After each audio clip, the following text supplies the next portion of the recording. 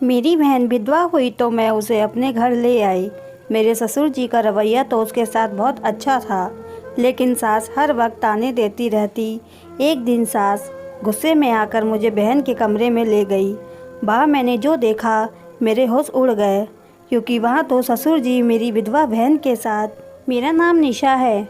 मेरी शादी 6 साल पहले मेरे पिताजी के दोस्त के बेटे से हुई थी। मेरे पिता की एक एक्सीडेंट में मौत हो गई थी।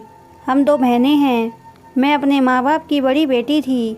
मेरी एक छोटी बहन भी है जिसका नाम नीतू है।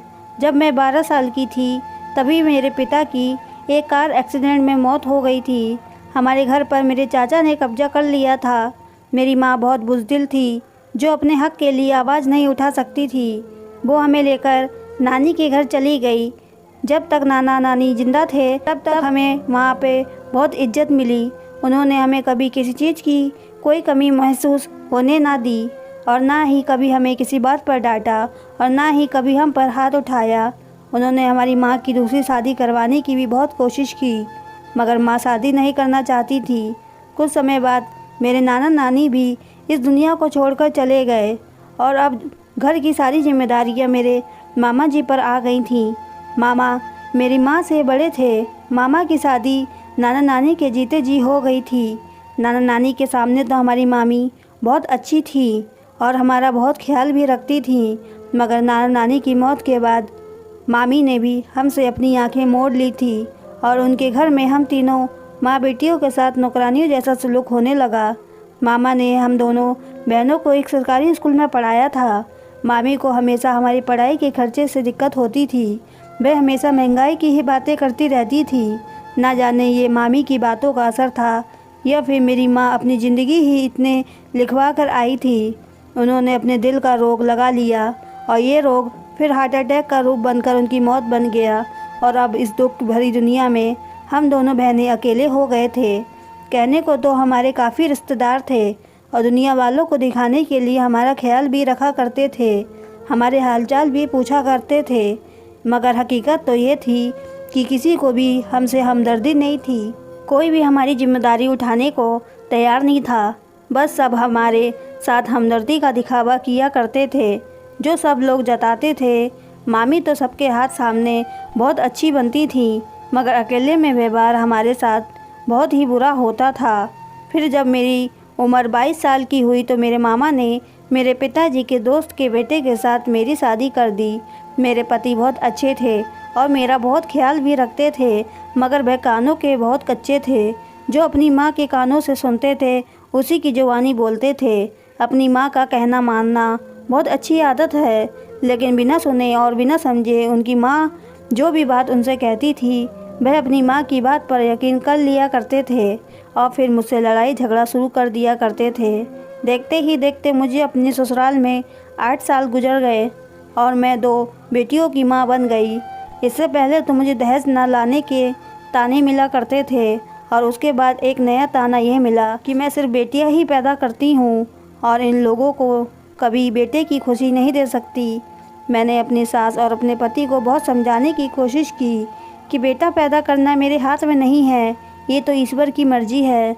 वह चाहे जिसको लड़का दे चाहे जिसको लड़की दे, मगर मेरी बातें उनको नहीं समझ आती थी, और ऐसी बातें पर मुझे पढ़ा लिखा होने के भी ताने मिला करते थे। धीरे धीरे मैंने सब कुछ कहना बंद कर दिया और सिर्फ खामोशी ही रहने लगी। एक दिन मेरी बहन नीतू की भी शादी हो गई और मेरे दिमाग से बोझ हल्का हो गया। मेरी बहन का पति और उसके ससुराल वाले बहुत अच्छे थे।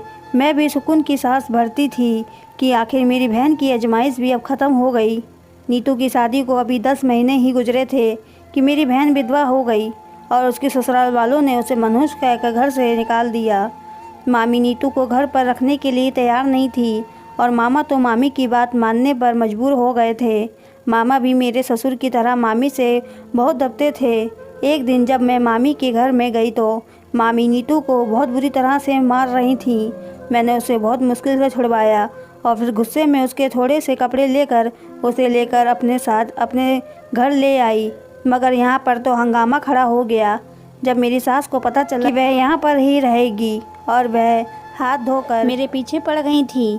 मुझे अपनी बहन के सामने बहुत शर्मिंदगी का सामना करना पड़ता था, मगर मैं इसको अकेला नहीं छोड़ सकती थी। मेरी सास को मेरी बहन का घर में आना पसंद नहीं आया। वो रोज़ रात को मेरे पति को चढ़ाया करती थी। एक दिन मैं रात को किचन का काम ख़त्म करके अपने कमरे में जा रही थी। मुझे अपनी सास के कमरे से कुछ आवाज़ आने लगी। ना चाहते हुए भी मैं उनकी बातों को रुक कर सुनने लगी। वो आज भी रोज़ की तरह मेरे पति को मेरे और मेरी बहन के खिलाफ़ भड़का रही थी। मैंने कान लगाकर उनकी बात सुनी तो मुझे आवाज़ आई कि देखो ज़रा, तुम्हारी पत्नी को किसी का डर है या नहीं। महंगाई का ज़माना है, इतना कम आमदनी में जब इंसान के लिए अपना खर्चा उठाना मुश्किल है, इस वक्त तो अपना गुजारा करना ही दुश्वार हो रहा है। ऊपर से तुम्हारी पत्नी ने हम लोगों पर एक जिम्मेदारी लाकर बिठा दी है। पहले इसको और इसकी बेटियों को हम पाल रहे थे, उनकी जिम्मेदारी क्या कम थी, जो ऊपर से अपने साथ ये अपनी बहन को भी ले आई है।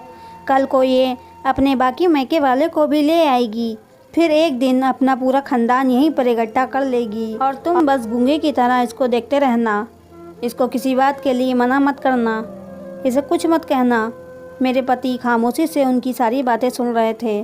फिर थोड़ी देर बाद जब वह बोले तो कहने लगे, माँ मैं उससे कहता तो हूँ और इससे ज़्यादा क्या करूँ।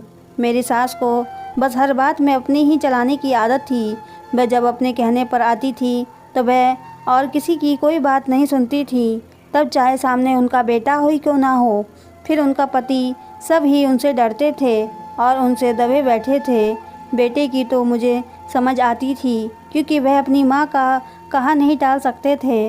वह तो अपनी माँ को किसी भी हाल में पलट कर जवाब नहीं दे सकते थे, मगर मेरे ससुर क्यों उनसे डरते थे, उनकी हर नाजायज़ बात को मानते थे और पता नहीं क्यों उनकी हर गलत बात पर खामोशी अख्तियार कर लिया करते थे। सास की सारी बातें तो मेरी समझ से बाहर थीं। मेरी बहन बहुत अच्छी थी और बहुत ही ज़्यादा मासूम भी, और सभी का कहना मानने वाली और बड़ों का आदर सम्मान करने वाली। अब वो हालात के हाथों मजबूर हो चुकी थी। इसमें इस बेचारी की क्या गलती थी। उसका इस दुनिया में मेरे अलावा और कोई नहीं था। मैं कहाँ जाती, और इस मुश्किल समय में अगर मैं भी उसे छोड़ देती और उसे कड़े वक्त में भी उसके काम नहीं आती, फिर ऐसे रिश्तों का क्या फ़ायदा जो कड़ी धूप में ठंडी छाँव ना बन सके। वह हर रोज़ मेरे पति का वो मेरे खिलाफ़ भड़काने लगी। तुम अपनी पत्नी को कहो कि वह अपनी बहन को यहाँ से चलता करे। मैं उनकी कोई बात नहीं सुन सकी और मैं आंसू पीती अपने कमरे में आ गई। जब मेरे पति भी कमरे में आए तो मैं जानती थी कि अब वो मुझ पर सारा गुस्सा निकालने वाले हैं। उनके अंदाज और उनके चेहरे से लग रहा था कि वे बहुत गुस्से में हैं। जब उन्होंने मुझसे बात करनी चाही तो मैं सोने की एक्टिंग करने लगी। अपनी सास की बातें सुनकर ही मेरे दिल में छुरियाँ चलने लगी थीं। अब मैं और भी ज़्यादा अपने दिल को बुरा नहीं करना चाहती थी। फिर ना जाने रात की किस समय मुझे नींद आ गई और अगली सुबह फिर से वही हंगामा शुरू हो गया था। जबकि मेरी बहन घर के सारे काम किया करती थी और साथ साथ मेरी भी मदद करवाती थी। वो बिल्कुल खामोशी के साथ यहाँ पर वक्त गुजार रही थी। अगर मेरी सास उससे कुछ कह भी देती थी तो वह पलट कर कभी उनको जवाब नहीं देती थी, मगर वह सबका व्यवहार समझ रही थी और सबके अंदाज देख रही थी। और उसने मुझसे कहा कि वह मेरी मामी के घर चली जाएगी और वहाँ पर रह लेगी, मगर मैं जानती थी कि वहाँ पर मामी उसके साथ कैसा सलूक करेगी। इसलिए मैंने उसे सख्ती से वहाँ जाने को मना कर दिया और कहा कि तुम्हें परेशान होने की ज़रूरत नहीं है, मैं सब संभाल लूँगी। मगर अब घर के हालात मेरे काबू से बाहर होते जा रहे थे और अब मेरी सास उठते बैठते मुझे ताने मार कर कहा करती थी कि तुम्हारी बहन यहाँ पर कब तक रहेगी, और मैं उनका इस बात पर खामोश रहती थी। मेरी एक ही नंद थी जो अपनी माँ की आदत की तरह बिल्कुल भी नहीं थी। वह तो बहुत प्यारी और अच्छी थी। उसकी शादी दूसरे शहर में हो गई थी। आज वह हमारे घर में अपने पति के साथ कुछ दिनों के लिए रहने आ रही थी। उसके आने से मेरे अंदर हिम्मत बनने लगी थी, क्योंकि वह जब अपनी माँ को मेरे साथ नाइंसाफ़ी करते हुए देखती थी तो अपनी माँ को वहीं टोक दिया करती थी। मेरी नंद तो मुझे बहुत पसंद थी, लेकिन मुझे उसका पति बिल्कुल भी पसंद नहीं था। अजीब सा बदतमीज इंसान था। उसे तो किसी को देखने की भी तमीज़ नहीं थी, मगर मैं सब कुछ नज़रअंदाज कर देती थी। अगर मैं उसके बारे में किसी से कहती भी तो किससे। मैं अपनी नंद के लिए खाना बनाया था। मैं अपनी तरफ से किसी को भी शिकायत का मौका नहीं होने देती थी। जब मेरी ननद और उसका पति हमारे घर आए तो मेरी बहन उनसे मिलने के बाद कमरे में जाकर बैठ गई और रात को मेरी सास ने कहा कि अपनी बहन से कहो वो स्टोर रूम में जाकर सो जाए या फिर बाहर गैलरी में सो जाए, क्योंकि उस कमरे में मेरी बेटी और दामाद रुकेंगे। मुझे अपनी बहन पर बहुत ख्याल आया और मैंने सोचा कि इतनी गर्मी में वह स्टोर रूम में कैसे सो सकती है। वहाँ ना तो कोई पंखा था और ना ही कोई खिड़की। मैंने बहुत ही मरे हुए दिल से अपनी बहन को ये सब कुछ कह दिया, क्योंकि मैं घर में कोई हंगामा नहीं करना चाहती थी। वो बेचारी मेरे कहने पर गैलरी में सो गई और हम सब लोग भी अपने अपने कमरों में सोने के लिए चले गए। आधी रात का समय था जब अचानक से एक शोर की आवाज़ से मेरी आँख खुल गई। मैं और मेरे पति बाहर की तरफ भागे। देखा तो बाहर सब लोग खड़े थे। मेरी सास मेरी तरफ देखते हुए कहने लगी कि इस दिन के लिए तुम अपनी बहन को यहाँ लेकर आई थी ताकि ये मेरी बेटी का घर बर्बाद करने की कोशिश करे। जब मैंने नीतू की तरफ देखा तो वह काफ़ी डरी हुई थी और बुरी तरह से रो रही थी। वो भागते हुए मेरे पास आई और कहने लगी कि मैंने इन्हें नहीं बुलाया था, ये खुद ही यहाँ पर आ गए थे। उसका इशारा मेरी ननद के पति के तरफ था, जबकि जीजा जी का कहना था कि मेरी बहन उन पर डोरे डाल रही थी। घर में तो जैसे एक तमाशा बन गया था। मैं अपने आप को सबके सामने बहुत शर्मिंदा महसूस कर रही थी और जानती थी कि मेरी बहन कभी ऐसा नहीं कर सकती, मगर ये जो कुछ भी हो रहा था उसने मेरे दिल को बहुत ठेस पहुंचाई थी। मैंने अपनी ननद की तरफ देखा कि पता नहीं दीदी की मेरी बहन के बारे में क्या सोचेगी, मगर मुझे उसकी आंखों में एक अजीब सी शर्मिंदगी नज़र आ रही थी, एक अजीब सा दुख और एक अजीब सा शक। जिन नज़रों से वह अपने पति को देख रही थी, इस बात से मुझे अंदाज़ा हो गया कि वह जानती हैं कि गलती उनके पति की है, मगर शायद वह सबके सामने ये बात नहीं कर सकती थी।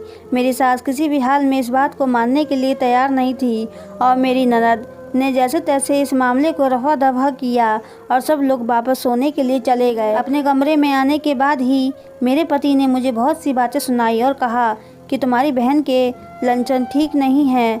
वह मुझे भी अजीब अजीब तरह के इशारे करके अपने तरफ खींचने की कोशिश करती है।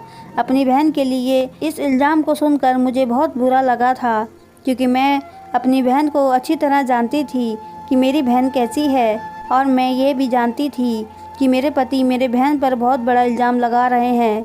मगर मैं खामोशी से सब कुछ बर्दाश्त करने पर मजबूर हो गई थी, क्योंकि हम दोनों बहनों के आगे पीछे कोई नहीं था जो हमारी तरफ से बोलता और हमें सहारा देता। यही वजह था कि सब लोग हमें बेसहारा समझकर हम पर इल्ज़ाम लगाते थे। तरह तरह की बातें करने के बाद वह सब लोग शायद सो गए थे, लेकिन मैं पूरी रात जागती रही थी। मेरे दिमाग में ना जाने कौन कौन सी सोच आ रही थी। मेरी नींद उड़ चुकी थी और बस ये सोचे जा रही थी कि मेरी बहन अकेले इस भरी दुनिया में कहाँ जाएगी। मेरी सास तो हर वक्त खर्चा और महंगाई का ही रोना रोती रहती है और अब तो उन्हें एक नई बात मिल गई थी। वह बात बात पर मेरे नंदोई वाली बात मुझे ताने देने लगी। उनको घर से बाहर निकालने को कहोगे। पूरी रात मैं इसी बारे में सोचती रही। सुबह के 5 बजे मेरी आंख लग गई। तभी मेरे पति ने मुझे उठा दिया कि मेरे लिए नाश्ता बनाओ। जब मैं किचन में आई तो मेरी बहन नाश्ता बना रही थी। उसकी आंखें सूजी सूजी हो रही थीं। उसका चेहरा देखकर मुझे अंदाज़ा हो गया था कि वह भी पूरी रात नहीं सोई होगी। जैसे कि मैं जाग रही थी, मुझे देखकर उसने अपने चेहरे पर झूठी मुस्कुराहट सजाई। मेरा दिल दुख से भर गया।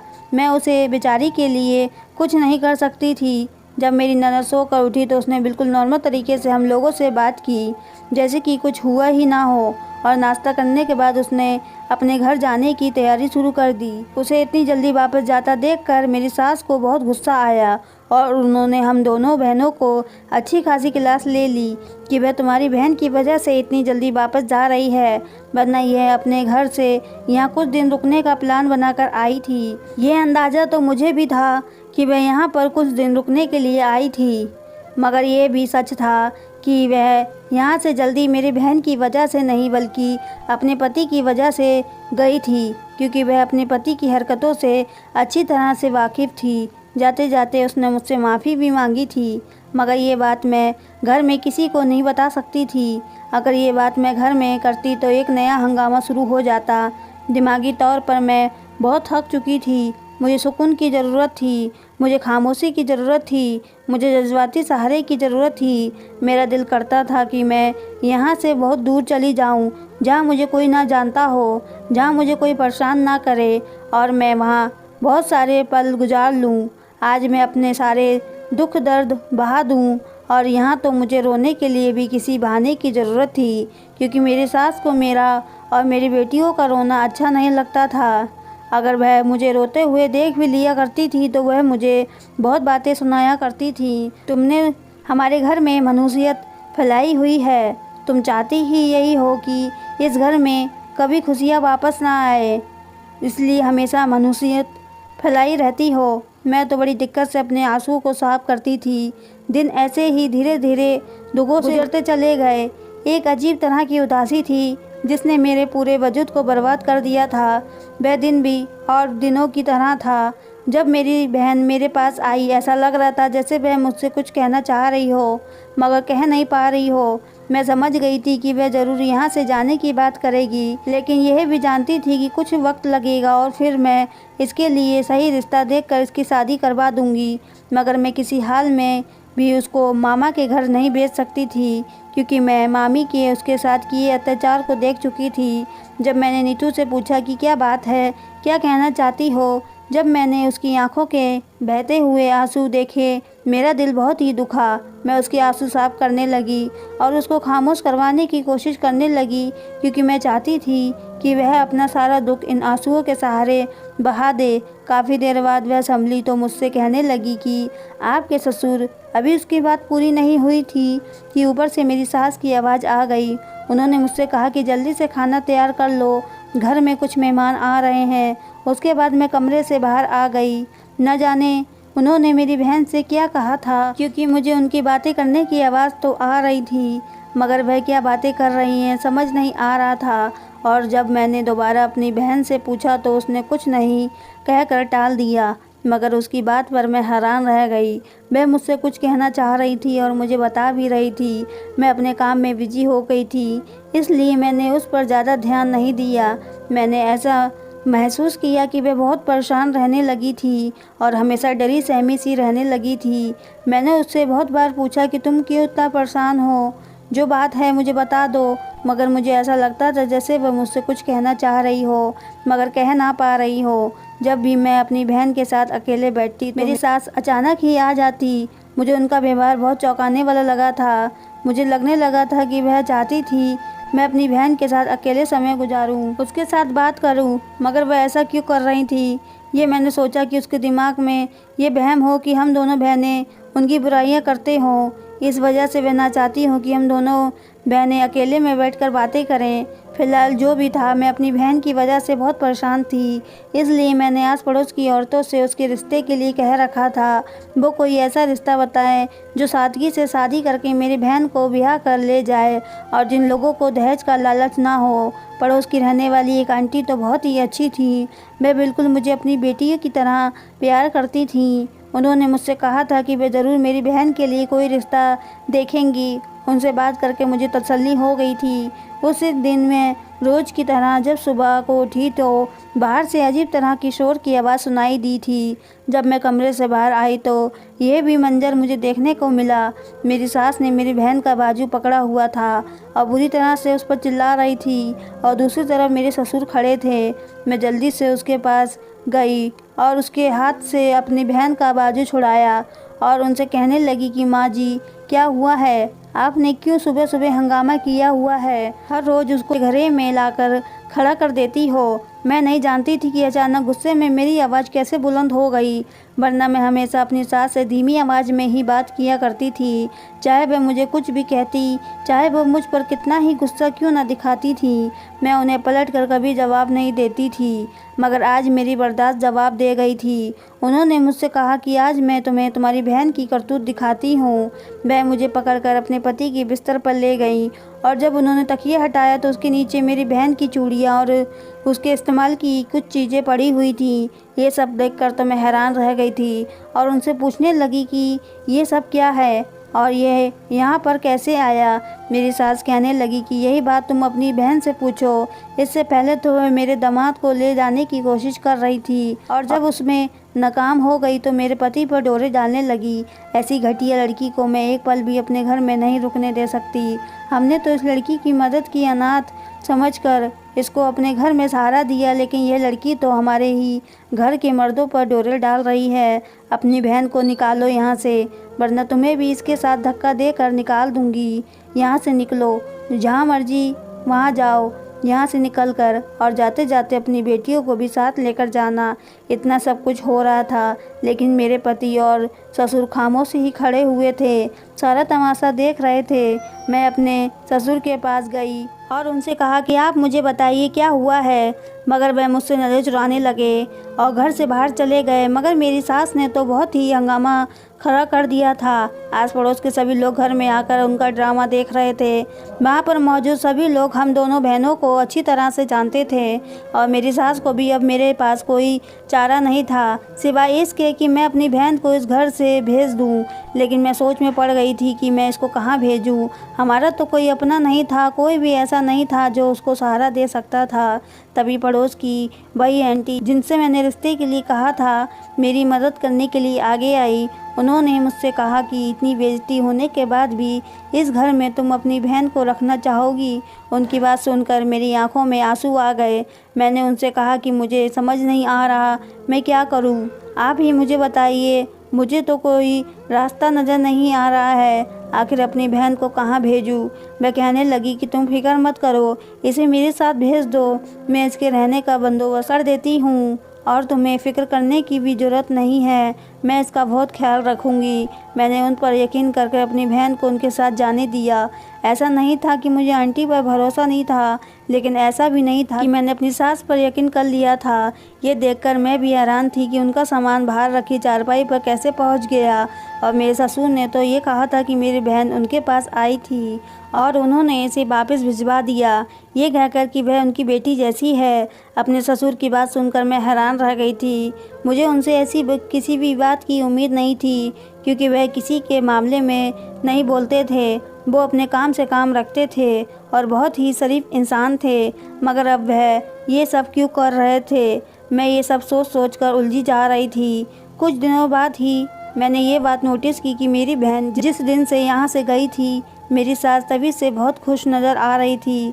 ऐसा लग रहा था जैसे मेरी बहन पर बोझ बन कर रह रही हो, और जब वह बोझ उन पर से हटा तो वह बहुत ज़्यादा सुकून से हो गई। और फिर कुछ दिनों के बाद मेरी ननद रोते रोते अपने बच्चों को लेकर यहाँ पर आ गई। सब उसके ऐसे अचानक घर आने पर उसके इतना रोने पर परेशान हो गए, और जो खबर उसने सुनाई उसको सुनते ही मेरे घर वालों के होश उड़ गए। उसने बताया कि उसके पति ने दूसरी शादी कर ली है और अब वह कभी भी अपने पति के घर वापस नहीं जाना चाहती। ये सुनकर तो मेरी सास बेसुध हो गई थी। घर में परेशानियों जैसा माहौल बन गया था। सब अपनी अपनी जगह बहुत परेशान नज़र आने लगे थे, लेकिन सबसे ज़्यादा बुरा हाल मेरी ननद का था। उसे ना तो खाने का होश था और ना ही किसी और चीज़ का। मैं तो पहले ही अपनी बहन की वजह से बहुत परेशान थी, क्योंकि इतने दिन हो गए थे मैं उससे मिलने तक नहीं जा पाई थी। अपने आंटी के घर गई तो उन्होंने बताया कि मेरी बहन की शादी कर रही हैं।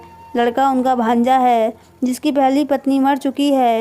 ये सुनकर मुझे बहुत खुशी हुई, लेकिन मैं एक अजीब सी सोच में पड़ गई थी। मैंने आंटी को कहा कि मैं एक बार उस लड़के को देखना चाहती हूँ और उससे मिलना चाहती हूँ। आंटी ने मुझसे कहा कि तुम्हारी बात अपनी जगह बिल्कुल ठीक है, तुम ज़रूर उस लड़के से मिल सकती हो, लेकिन जब मैं इस लड़के को बुलाऊँगी तब मैं तुम्हें भी यहाँ पर बुला लूँगी। और मेरी बात ध्यान से सुन लो, मैंने नीतू को अपनी सगी बेटी की तरह ही समझा है।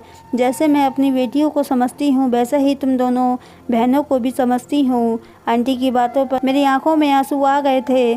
सच कहते हैं, परेशानी में अगर कोई काम आ जाए तो वह इंसान दुनिया में सबसे ज़्यादा अच्छा लगने लगता है। और इस वक्त मुझे आंटी इस दुनिया की सबसे अच्छी इंसान नज़र आ रही थी, जबकि मेरा उनसे कोई खून का रिश्ता नहीं था, बस एक इंसानियत का एहसास रिश्ता था। और उन्होंने मुझे इस बात का एहसास दिलाया था कि दुनिया से अभी अच्छे लोग ख़त्म नहीं हुए हैं। ऐसे लोगों की वजह से ही तो ये दुनिया अभी तक चल रही है। जब मैं खुशी खुशी अपने घर वापस आई, अपने कमरे में जाते हुए अपनी ननद की बात सुनकर मैं ठिठक कर वहीं रुक गई थी। मैं कह रही थी, माँ बाबूजी, आपने भाभी के साथ बहुत ज़्यादा ज्यादती की है। आपने उनकी बहन पर इल्ज़ाम लगाए। आप लोग जानते हैं कि किसी पर इल्ज़ाम लगाना कितना बड़ा पाप है, और शायद ही आप इस पाप की वजह मुझे उसकी सज़ा मिल रही है। जैसे आपने किसी की बेटी को तकलीफ़ दी, वैसे ही तकलीफ़ मुझे भी झेलनी पड़ रही है। ये तो मैं जानती थी कि ये सब कुछ झूठ है, लेकिन इतना सब कुछ होने के बाद भी उन दोनों बहनों ने आपसे कुछ नहीं कहा। मैं उनके कमरे के अंदर चली गई। मुझे देखकर वो परेशान हो गई। मैंने उनसे कहा कि आप लोगों को एक बार भी एहसास नहीं हुआ कि आप किसी की बेटी के साथ कितना बुरा कर रहे हैं? आपने क्या ये कहावत नहीं सुनी कि इंसान जो करता है वही भुगतता है? आज जो तकलीफ़ आप किसी के औलाद को देंगे, कल वही तकलीफ़ आपकी औलाद को भी सहनी पड़ेगी। और देखिए, ये कहावत आपके ऊपर कितनी जल्दी पूरी हो गई है। उसके बाद आंटी ने अपने वादे के मुताबिक मेरी बहन की शादी कर दी। मैं उसके पति से मिलकर बहुत खुश हो गई थी। वह पढ़ा लिखा और एक बहुत अच्छा इंसान था, लेकिन मुझे अपनी ननद की तरफ से बहुत परेशानी थी, जो मेरे साथ बहुत अच्छी थी और मैं उनको तकलीफ़ में नहीं देख सकती थी। फिर एक दिन उनका पति सर झुकाए हुए हमारे घर आया। वो बहुत शर्मिंदा लग रहा था। उसने कहा कि उसको एहसास हो गया है कि उसने बहुत गलत किया है। उसने अपनी दूसरी पत्नी को तलाक दे दिया है, क्योंकि वह उसके साथ साथ और भी काफ़ी लड़कियों से चक्कर चला रहा था, और शादी के बाद भी उसने लड़कियों का पीछा नहीं छोड़ा था। जब उसने अपनी आंखों से अपनी दूसरी पत्नी को किसी और के साथ देखा तो अपनी आंखों पर यकीन आ गया, मगर उसके पास कोई रास्ता नहीं था सिवाय इसके कि वह उसको छोड़ दे और अपनी पहली पत्नी को अपने घर वापस ले आए। घर के सब लोग ने उसे बहुत बुरा भला कहा और उससे कहा कि इस बात की क्या गारंटी है तुम दोबारा ऐसा काम नहीं करोगे, मगर वह बहुत शर्मिंदा था। नंद ने कहा कि वह अपने घर वापस जाना चाहती है। उसके फैसले ने सब लोगों को खामोश करवा दिया था और मेरी सास को उसे वापस भेजना पड़ा। उनके जाने के बाद मेरी सास ने मुझसे माफ़ी मांगी और कहने लगी कि मुझे एहसास हो गया है कि मैंने तुम्हारे और तुम्हारी बहन के साथ बहुत गलत किया है। हो सके तो मुझे माफ़ कर देना। मेरी सास का इतना कहना ही मेरे लिए काफ़ी था। मैंने उनसे अपना दिल साफ़ किया और उनको माफ़ कर दिया था। अब मैं और मेरी बहन हम दोनों के घर ही अच्छी तरह से बच चुके थे। हम दोनों ही अपनी परिवारों में बहुत खुश थे। दोस्तों, उम्मीद करती हूँ कि आपको हमारी कहानी पसंद आई होगी। अगर कहानी पसंद आई हो तो वीडियो को लाइक करें, चैनल पर सब्सक्राइब करें। पूरी कहानी सुनने के लिए आपका बहुत बहुत धन्यवाद।